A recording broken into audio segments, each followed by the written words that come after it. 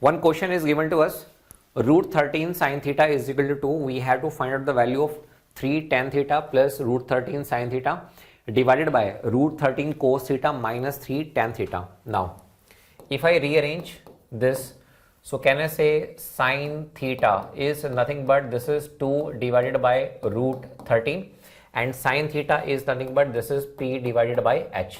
Okay? If I draw the triangle, so this is the triangle. What is perpendicular to what is hypotenuse? This is root 13. What is base?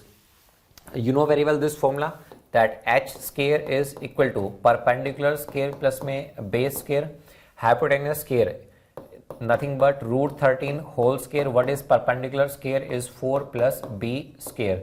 So this is cancel out. So b square is equal to 9. So what is the value of base? The value of base is nothing but 3. So this is, my dear friend, 3. Agree? Now let me directly put the value.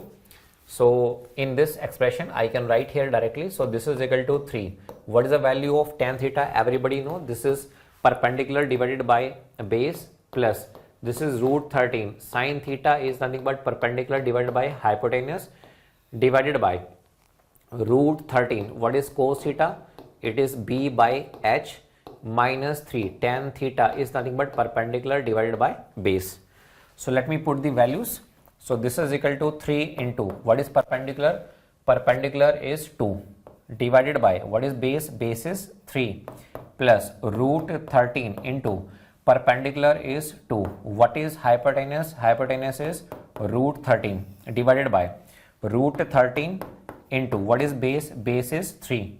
So base is 3 divided by hypotenuse. Hypotenuse is root 13 minus 3 into perpendicular is 2 divided by base. Base is 3.